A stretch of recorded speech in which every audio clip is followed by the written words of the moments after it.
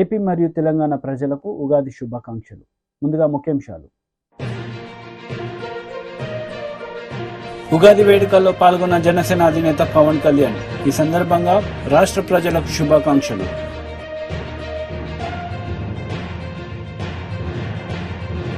Nara Chandrababu Naidu press meet, పలు అంశాలపై వివరణ.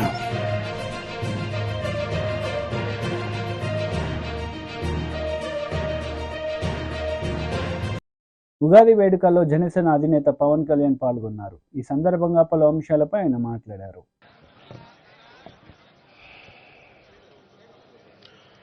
పిఠాపురం నుంచి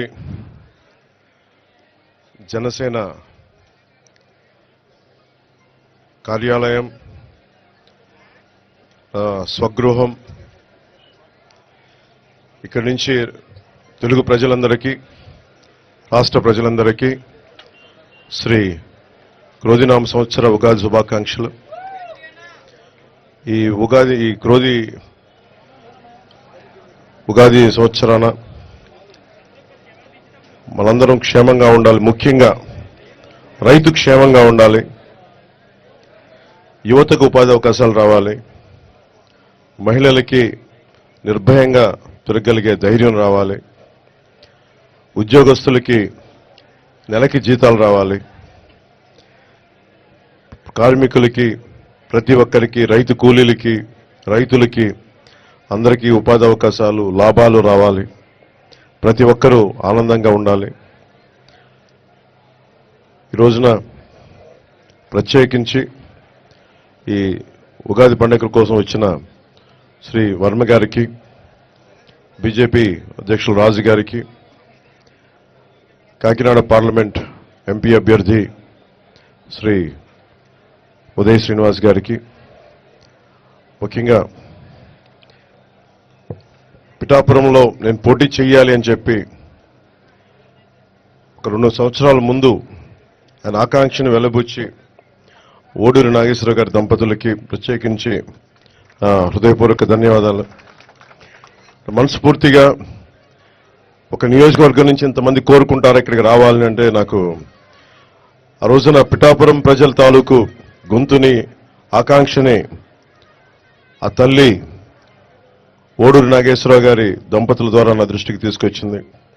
అలాగే వారి 3 పిల్లలు, ముఖ్యంగా కిషోర్ మంగళగిరి నియోజకవర్గ ఆఫీస్కి వచ్చి మా నాన్నగారు పంపించారని చెప్పి ప్రత్యేకమైన ఇట్లాంటి మామిడి పండ్లని తీసుకొచ్చి మీరు రావాలి, పిఠాపురంలో పోటీ చేయాలని ఆ రోజు కోరుకుంటే నిజంగా నేను ఆ రోజు ఆలోచించలేదు. తల్లి అనుగ్రహం ఎలా ఉంటుందో తెలియదు. పురోహితిక అమ్మవారు దయతోటి, దీవెనలతోటి, ఇక్కడికి శ్రీపాద శ్రీవల్లభుడి దీవెనలతోటి, బంగారు పాపమ్మ దీవెనలతోటి ఈ రోజున ఇక్కడ మీ అందరి ముందు ఉన్నాం. సర్వమతాలు, సర్వ కులాలు, సర్వ ప్రాంతాల్లో ఉండే ప్రజలందరూ క్షేమంగా ఉండాలి. మనస్ఫూర్తిగా అందరూ బాగుండాలని కోరుకుంటూ ఈ క్రోధినామ సంవత్సరంలో మన కూటమి ప్రభుత్వాన్ని స్థాపిస్తున్నాం. విజయ కేతనం ఎగరవేస్తున్నాం. అది పిఠాపురం నుంచి మొదలు పెడుతున్నాం ఈరోజు. సో మనస్ఫూర్తిగా మీ అందరికీ ఇక్కడికి వచ్చిన అందరికీ కూడా, మా జనసేన నాయకులకి, తెలుగుదేశం నాయకులకి, భారతీయ జనతా పార్టీ నాయకులకి, ముఖ్యంగా మద్దతుదారులందరికీ ప్రత్యేకించి పేరు పేరునందరికీ. టీడీపీ అధినేత నారా చంద్రబాబు నాయుడు ప్రెస్ మీట్ నిర్వహించారు. ఈ సందర్భంగా పలు అంశాలపై ఆయన మాట్లాడారు.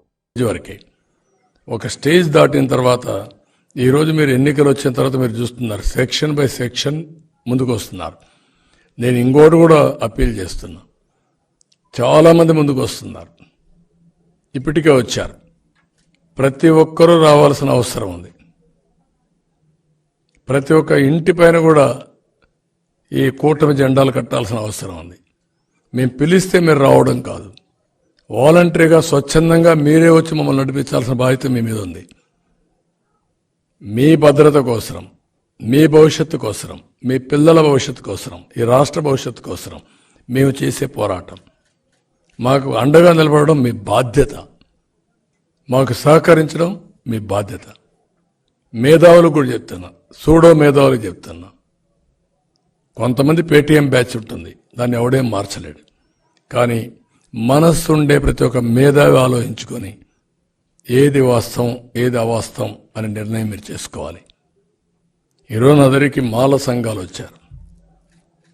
వాళ్ళు క్లియర్గా 5 ఏళ్లలో మేము చాలా నష్టపోయాం, మీరు చాలా ప్రోగ్రామ్స్ ఇచ్చారు, మేము బేషరతుగా మీకు సపోర్ట్ చేస్తాం అని వాలంటరీగా స్వచ్ఛందంగా మాల సంఘాలన్నీ వచ్చాయి. అదే మరి మైనారిటీస్ వచ్చారు. నేను ఒకటే చెప్పాను అందరికీ, అభ్యుదయ భావాలు మీకున్నాయి, మీరు ఆలోచిస్తున్నారు, అయితే కింద నుండే వాళ్ళని మోసం చేస్తున్నారు. అందుకే ఈరోజు వాలంటీర్ కూడా పిలిపించాను. మీరిచ్చే వాళ్ళు ఇచ్చే 5,000కు ఇది అయ్యి నేరాలు ఘోరాలు చేసి మీ భవిష్యత్తు నాశనం చేసుకోవద్దండి. ఎంట్రీ పాయింటే 10,000 రూపాయలు ఇస్తాం, భవిష్యత్తులో మీ స్కిల్ డెవలప్మెంట్ చేస్తాం, మిమ్మల్ని ఇక్కడి నుంచి వర్చువల్ ఆర్ ఫిజికల్ వర్కింగ్కి మీ కెరీర్ బిల్డింగ్ చేసే బాధ్యత మాది. వాళ్ళు కూడా చూస్ చేసుకోమన్నాను. కాబట్టి ప్రతి ఒక్కరికి నేను ఎవ్వరు కూడా ఉద్యోగస్తులు కానీ రిటైర్డ్ ఎంప్లాయీస్ కానీ సంఘాలు కానీ కూటమి చాలా స్పష్టంగా సాధ్యమయ్యే పనులన్నీ చేస్తాం. అన్యాయం జరిగినందరికీ న్యాయం చేస్తాం.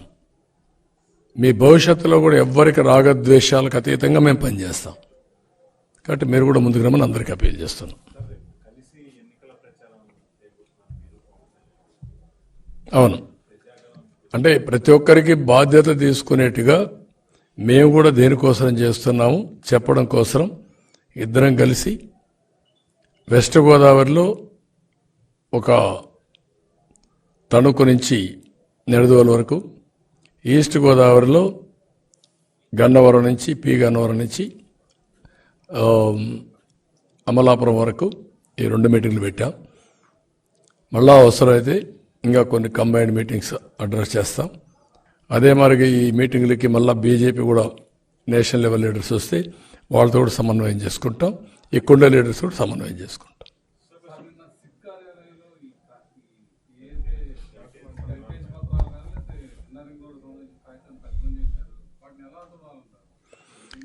ఓడిపోతామని భయం ఉంది. ఓడిపోతామంటే మళ్ళా తగులుకోకుండా ఉండడానికి ఏం చేయాలో అన్ని ప్రయత్నాలు చేస్తామంటే కనబడొస్తా ఉంది. లేకపోతే ఈ అవసరం లేదు. దీన్ని బట్టి చూస్తే అన్ని వర్గాల్లో ఇప్పుడు కనపడేదంతా టీజరే చూశారు. రియల్ సినిమా ఇంక రాబోతుంది. డే బై డే మీరే చూడబోతున్నారు. అది వాళ్ళకి అర్థమైపోయే సీన్ అంతా ఎంత దినానికి. బీఆర్ఎస్ లీడర్ మాజీ మంత్రి శ్రీనివాస్ గౌడ్ ప్రెస్ మీట్ నిర్వహించారు. ఈ సందర్భంగా ఇరు పార్టీలపై ఆయన మండిపడ్డారు. పాత పెన్షన్ విధానాన్ని తీసుకొస్తాం ఖచ్చితంగా అని చెప్పడం జరిగింది. కొత్త పెన్షన్ విధానాన్ని రద్దు చేసి ఓపీఎస్ ఓల్డ్ పెన్షన్ స్కీమ్ తీస్తామని చెప్పడం జరిగింది. కనుక వాటిపై కూడా కార్యాచరణ సిద్ధం చేయాలి. ఉద్యోగం చేసిన తర్వాత ఆనాటి ప్రభుత్వాలు, కేంద్ర ప్రభుత్వం ఓ ప్రత్యేకమైనటువంటి బిల్లు తీయడం వల్ల దేశంలో అనేక రాష్ట్రాల్లో కూడా ఉద్యోగులు రిటైర్ అయిన తర్వాత తినడానికి కూడా తిండి లేక చనిపోయిన సందర్భాలు ఎన్నో ఉన్నాయి. కనుక మరి ఈరోజు కొన్ని రాష్ట్రాలు అమలు చేస్తూ ఉన్నాయి. మన రాష్ట్రం కూడా వెంటనే పాత పెన్షన్ విధానం తీసుకురావాలని చెప్పి మేము అడుగుతూ ఉన్నాం. అనేక సమస్యలు ఉన్నాయి. ముఖ్యంగా బిల్స్, ఏ బిల్స్ కూడా జీపీఎఫ్ కానీ, మెడికల్ బిల్ కానీ, హౌస్ బిల్డింగ్ అడ్వాన్స్ కానీ, ఇంకా ఏ రకమైనటువంటి కూడా విడుదల కావట్లేదు. బిల్లులు వచ్చేది వస్తున్నాయి మరి, కానీ ఉద్యోగులకు వచ్చే బిల్స్ మాత్రం రావట్లేదు. వెంటనే దృష్టి పెట్టాలా. మరి పోలీస్ డిపార్ట్మెంట్లో రాష్ట్రం మొత్తానికి ఒక విధానం ఉండాలా. ఒక పోలీస్ డిపార్ట్మెంట్ అంటే police department, Telangana police department మొత్తానికి ఒకటేసారి బిల్ పాస్ చేయాలి. కానీ ఎవరికి బలం ఉంటే వాళ్ళు, ఏ మంత్రి బలంగా ఉంటే ఒత్తిడి చేస్తే ఆ జిల్లాలో మాత్రం విడుదలైతే అది పార్షియాలిటీ అవుతుంది. ఇప్పుడు ములుగు జిల్లా, కొన్ని జిల్లాలో 5-6 జిల్లాలో బిల్స్ పాస్ అయినాయి. మరి మహబూబ్నగర్ లాంటి జిల్లాలు 50% తెలంగాణలో 50% పోలీసులకు ఇచ్చేటువంటివి సరెండర్ లీవ్ కానీ, డిఎల్ కానీ, మరి ఏరియాస్ పిఆర్సీ పాత ఏరియాస్ కానీ, టీఏలు వాళ్ళు పోలీస్ డిపార్ట్మెంట్ వాళ్ళు బయటికి వెళ్ళి పనిచేస్తారు. భార్య పిల్లలు వదిలిపెట్టి బయట పోయి పనిచేసి మరి వాళ్ళకు ఖర్చులు జేబులోకి నుంచి ఖర్చు పెట్టుకుంటారు. ఎవరి మంత్ వాళ్ళకు బిల్స్ పెట్టుకుంటారు. అలాంటివి 13 నెలల నుంచి వాళ్ళకి బిల్స్ రాలేదు. అంటే ఒక్కొక్క పోలీసు, ఉదాహరణ మా మహబూబ్నగర్లో ఒక పోలీసు అన్నని అడిగితే బాధపడతా ఉన్నాడు.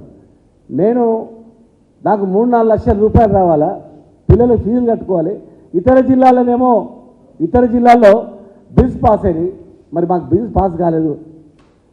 మేము తెలంగాణనే కదా సార్, ఇదేం న్యాయం? కొన్ని జిల్లాలకు వస్తే మా జిల్లాలకు రాదా?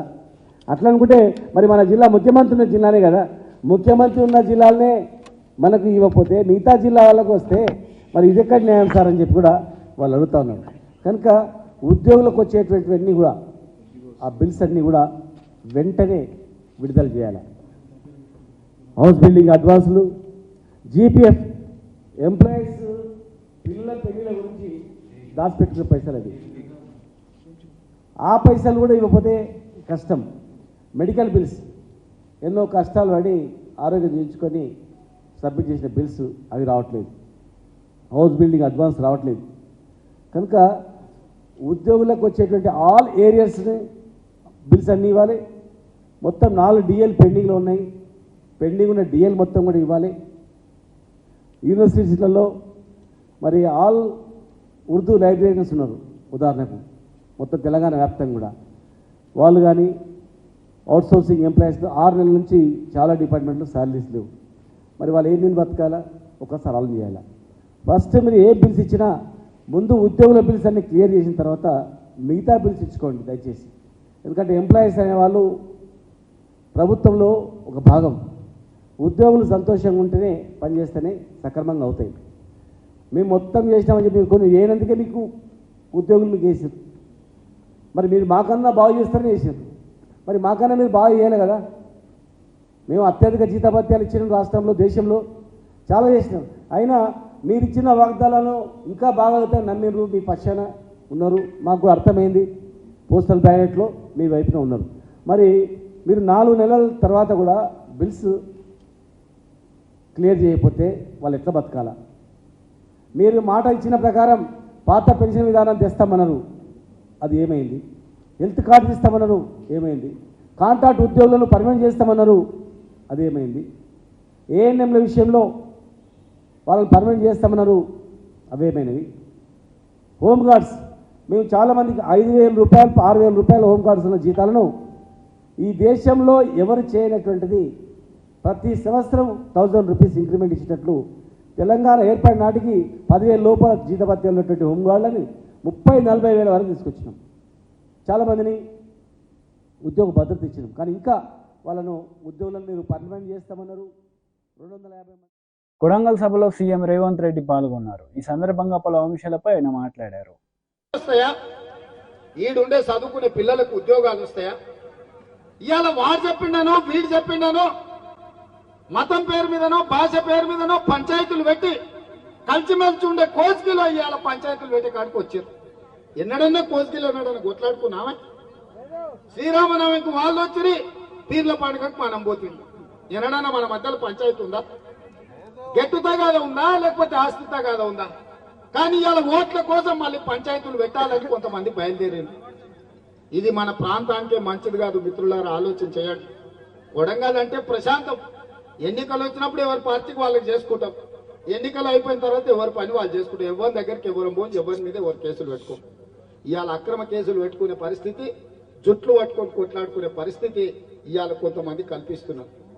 అందుకే మిత్రులారా ఈ కొడంగల్లో ఈ 5 ఏళ్ళు నేను ఒక్కటే మాట చెప్పదలుచుకుని ఇక్కడ ఉన్న పెద్దలందరికీ, ఇక్కడ ఉన్న యువకులందరికీ, ఈ 5 ఏళ్ళు రాజకీయాలు వద్దు. ఈ 5 ఏళ్ళు ఎవ్వని గురించి ఎవ్వడు భ్రమలు కల్పిస్తే భ్రమలు పడకండి. 10 ఏళ్ళు ప్రధానమంత్రి ఉన్న నరేంద్ర మోడీ మళ్ళీ 3వసారి ఓడేస్తే చంద్రబాబు రాజవుతాడా? ఏమవుతాడా? 10 ఏళ్ళు ప్రధానమంత్రి ఉన్న నరేంద్ర మోడీ మనకేమన్నా ఇచ్చిందా? 5 ఏళ్ల నుంచి జాతీయ ఉపాధ్యక్షురాలు ఉన్న అరుణమ్మ ఏమన్నా తెచ్చిందా? ఇంకా కొత్తగా ఏం తెస్తారు?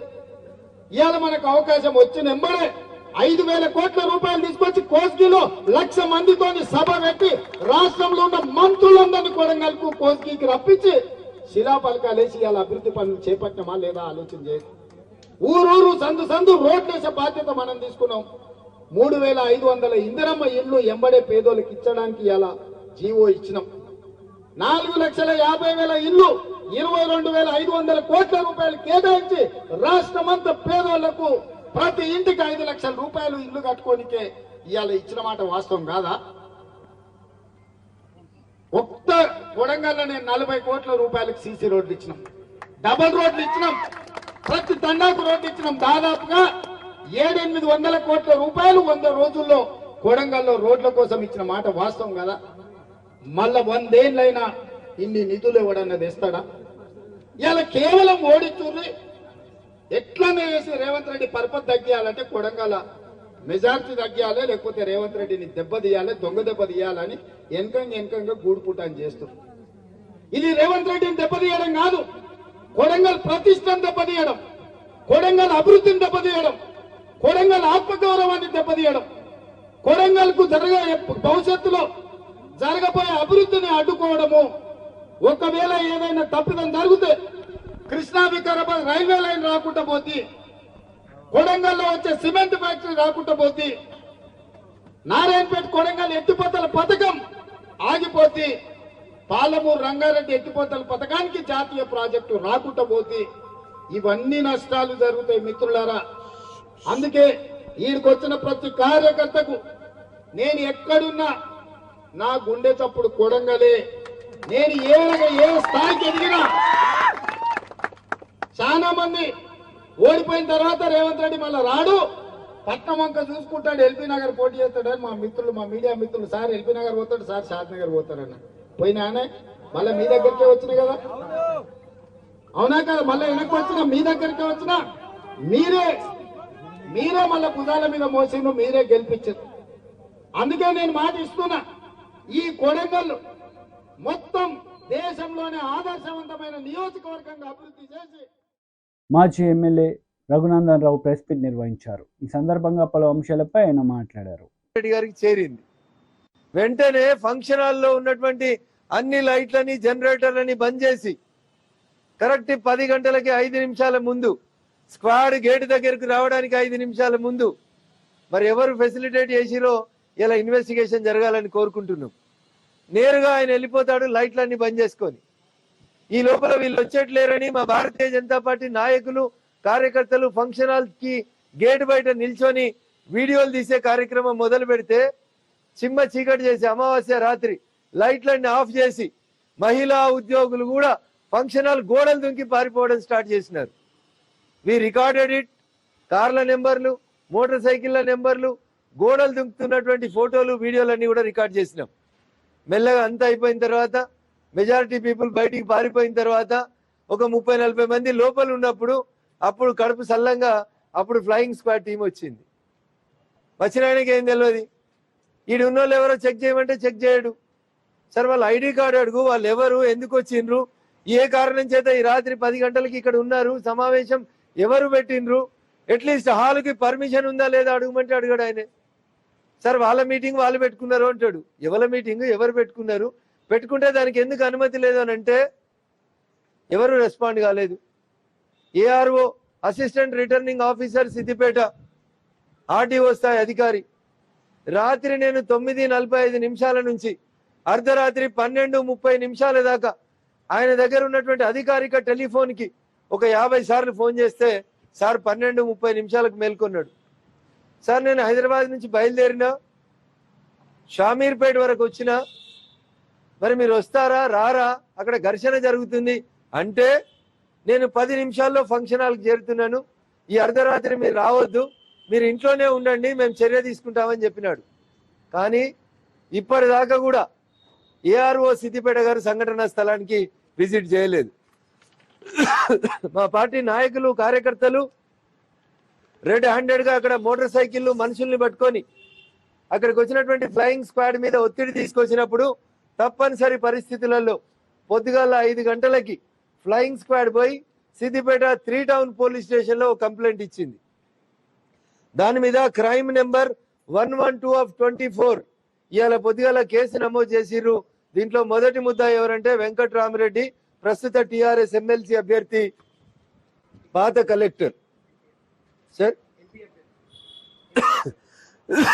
బీఆర్ఎస్ పార్టీ నుంచి ఎంపీగా పోటీ చేసి అధికారంలో ఉన్నప్పుడు అడ్డగోలుగా అప్పనంగా సంపాదించినటువంటి ఆస్తులతోటి ప్రజల ఓట్లని కొనుక్కుందామని వచ్చి వారు చేస్తున్నటువంటి ప్రక్రియ.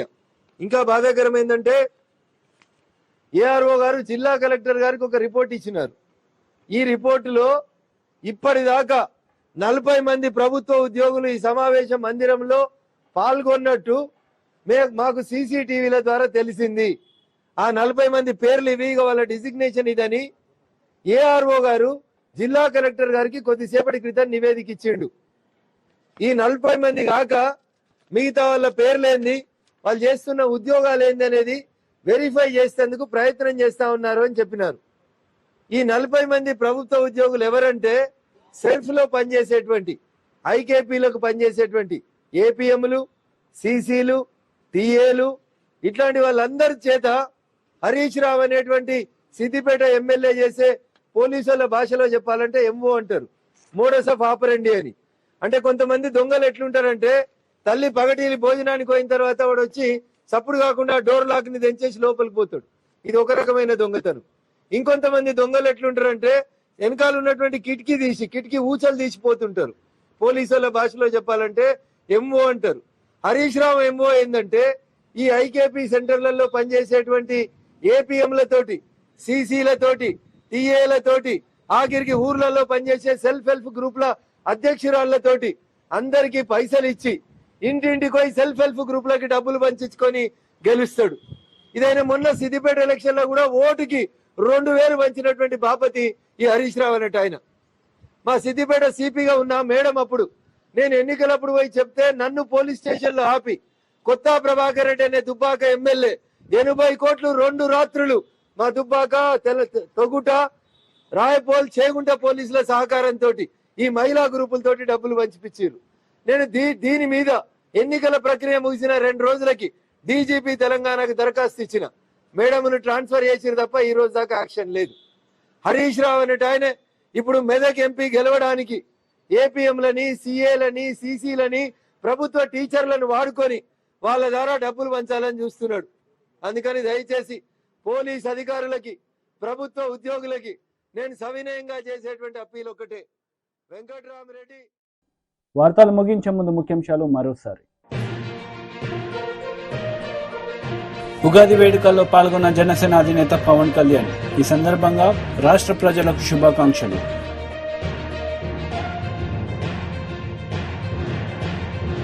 నారా చంద్రబాబు నాయుడు ప్రెస్ మీట్, పలు అంశాలపై వివరణ.